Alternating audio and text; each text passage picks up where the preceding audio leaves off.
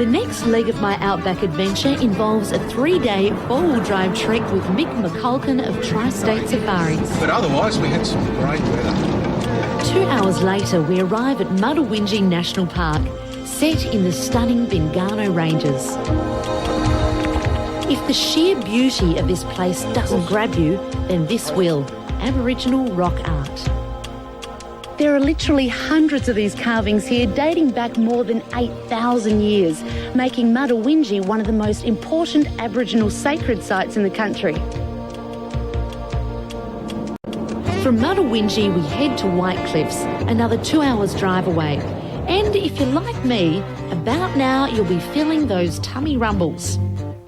Mick and Joe also include lunch on the tour and houses for a setting, a dry creek bed in the middle of nowhere.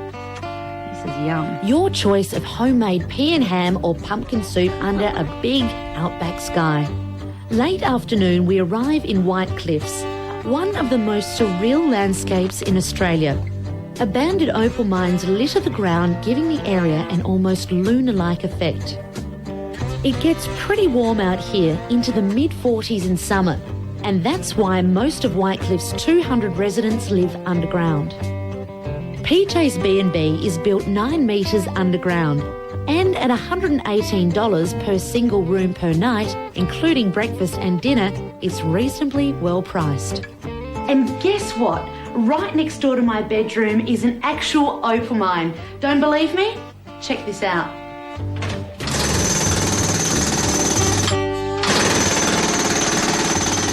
The 3.5-day all-inclusive outback adventure with Tri-State Safaris costs $901 per person.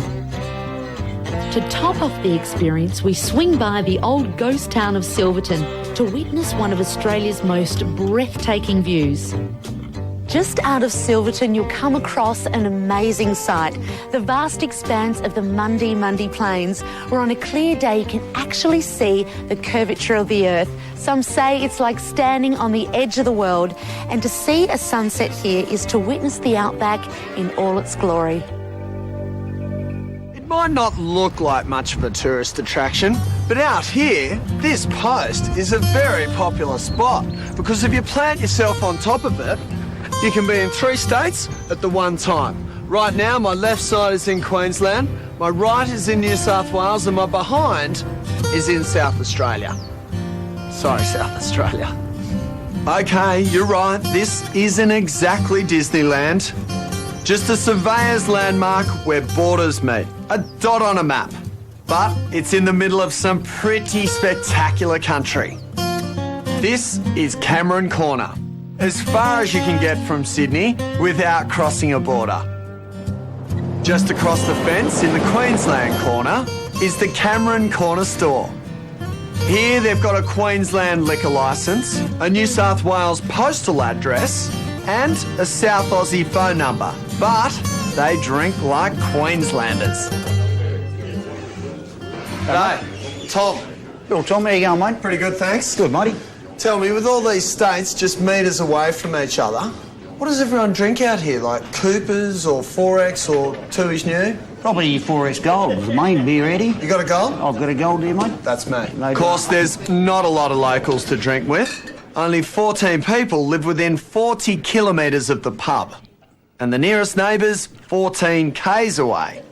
And what's the deal with all the $5 notes on the ceiling? All camping money. Everyone that camps, they donate $5 and that goes to the roof and gets donated to the Royal Flying Doctor Service. Okay. Yeah. Well, I'm not camping, but I'll have a crack. All right, mate. Here's your $5. Fiver? Yep. What they do. Yeah. Pin in. Wrap it up. Try and curve it up like that. Throw it. Throw it. Break a light bulb and shout the bar, mate, so away you go. There you go, she's in. No. Now, you can't come out here and not see the corner post and the store that's more like a pub. But the real reason you come out here is the red dirt and the big skies. This is outback country, corner country.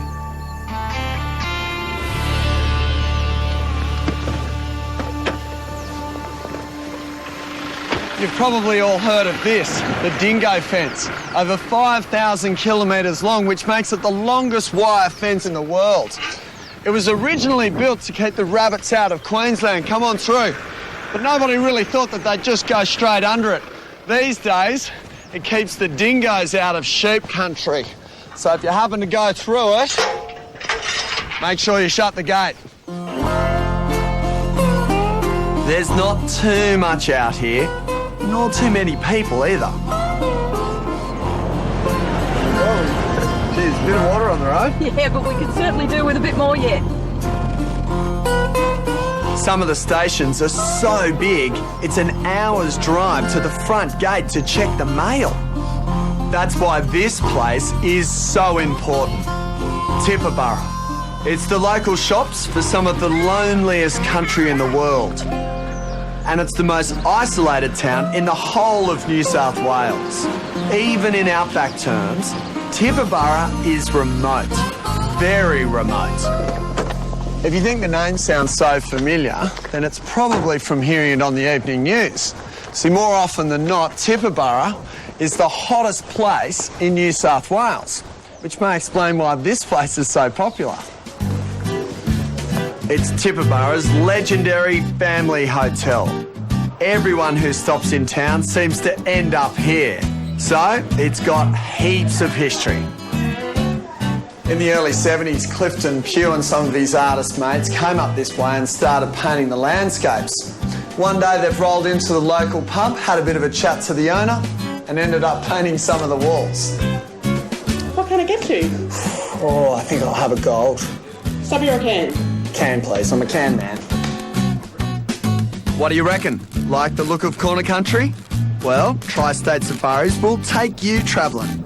4-day tours starting in Broken Hill and including sleeps at the Family Hotel and Mount Wood Homestead start from $915 per person, twin share. And Rex will get you there. A one-way flight to Broken Hill from Adelaide starts from $147.